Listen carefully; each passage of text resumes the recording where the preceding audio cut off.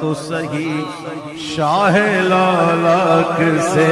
لو لگا تو سہی شاہ لالاک سے غم مسرت کے سانچے میں ڈھل جائے گا۔ بعض لوگوں کا یہ کہنا ہوتا ہے کہ ہمیں والدین بھی نصیحت کرتے ہیں اور اسکول کالج میں ادارے میں جاتے ہیں تو وہاں اساتذہ بھی ہمیں نصیحت کرتے ہیں، بالخصوص طلباء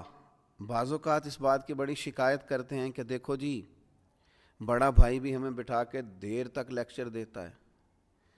پھر ہمیں یہ کہا جاتا ہے کہ جمعے والے دن بھی وقت پر آؤ، وہاں بھی تمہیں نصیحتیں سننی ہیں۔ نوجوانوں کی طرف سے بعض اوقات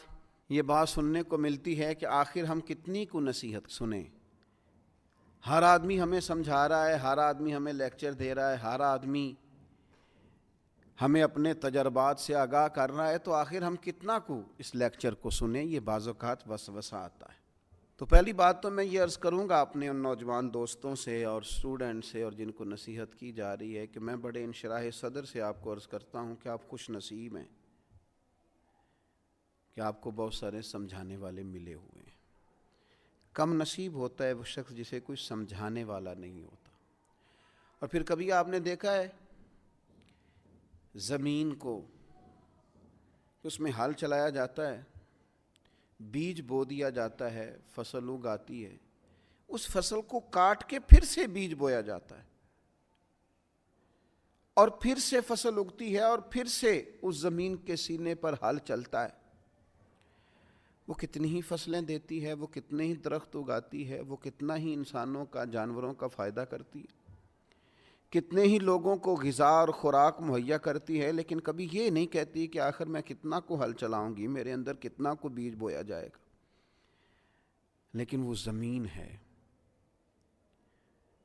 اس کے سینے کو اللہ نے اتنی وسعت دی ہے کہ ہر آنے والا بیج اپنے سینے میں قبول کرتی ہے اور ہر موسم کا نیا پھل اور نئی فصل اور نئی سبزی قوم کو فراہم کرتی ہے۔ تو سینہ بڑا رکھیں۔ آپ مختلف قسم کے بیج جب اپنے سینے میں بوئیں گے اور مختلف قسم کے نیک، اچھے اور سمجھدار لوگوں کی رائے اور نصیحت آپ حاصل کریں گے تو آپ اپنے باطن میں مختلف قسم کے پھول کھلتے ہوئے محسوس کریں گے، آپ کی طبیعت کے اندر مختلف قسم کی خوبصورتیاں پیدا ہوں گی۔ نبی اکرم صلی اللہ تعالیٰ علیہ وسلم نے فرمایا، مشکوٰۃ شریف میں حدیث موجود ہے، حضور فرماتے ہیں مومن کبھی خیر سننے سے سیر نہیں ہوتا، مومن کا کبھی پیٹ نہیں بھرتا خیر سننے سے، وہ خیر سنتا رہتا ہے، سنتا رہتا ہے، سنتا رہتا ہے، حتیٰ کہ اس کا ٹھکانہ جنت ہو جاتا ہے۔ وہ خیر سنتے سنتے ہی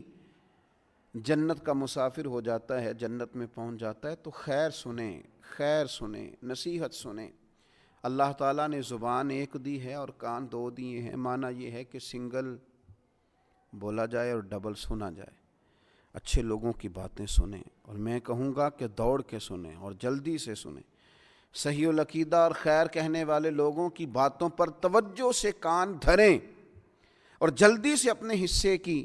خیر اکٹھی کریں۔ یہ آپ سن کے تو دیکھیں، یہ جو آپ خوبصورت چیزیں سنیں گے یہ سوچوں کو خوبصورت کر دیں گی، یہ طبیعت کو خوبصورت کر دیں گی، یہ مزاج کو ٹھنڈا کر دیں گی، یہ لطافت پیدا کر دیں گی۔